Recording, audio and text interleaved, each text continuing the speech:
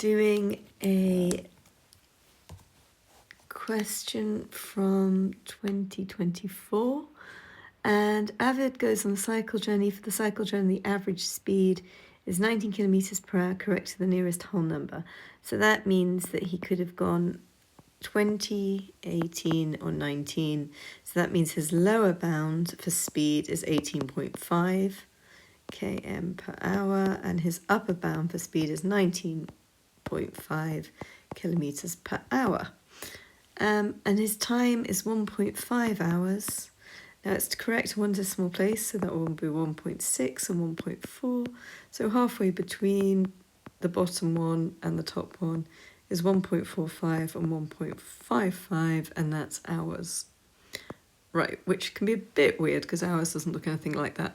Work out the upper bound for the distance that Aviv travels and give your answer to 3 sig figs. Okay, so upper bound, we know that speed equals distance over time, and this means that distance would equal speed times time.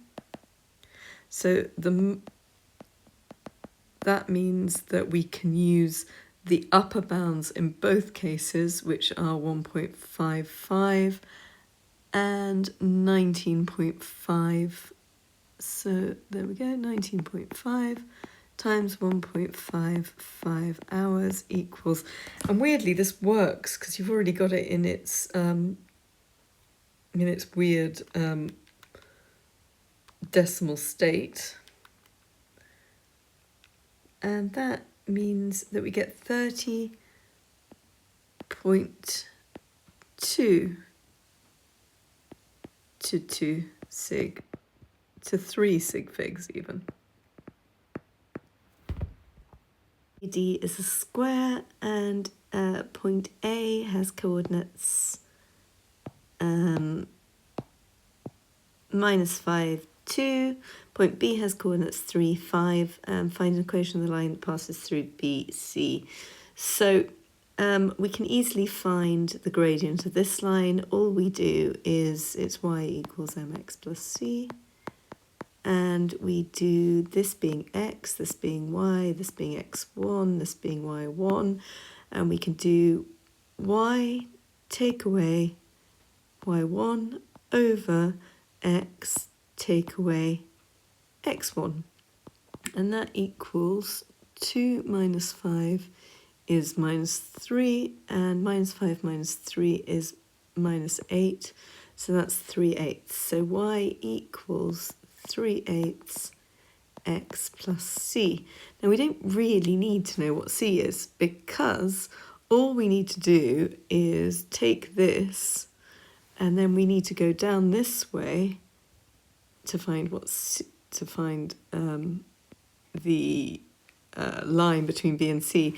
The line between B and C is perpendicular because it's a square, so that means we take the negative reciprocal of 8/3, and that's that. Now that's not what we've been asked for, so we're going to have to put in the coordinates of B to find out what C is.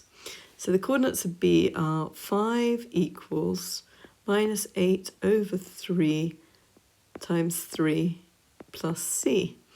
Now that cancels those two out, so it means 5 equals -8 plus c.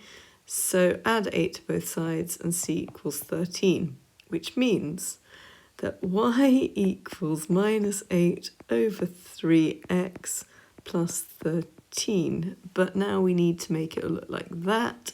Times everything by 3. 3y equals -8x plus 39.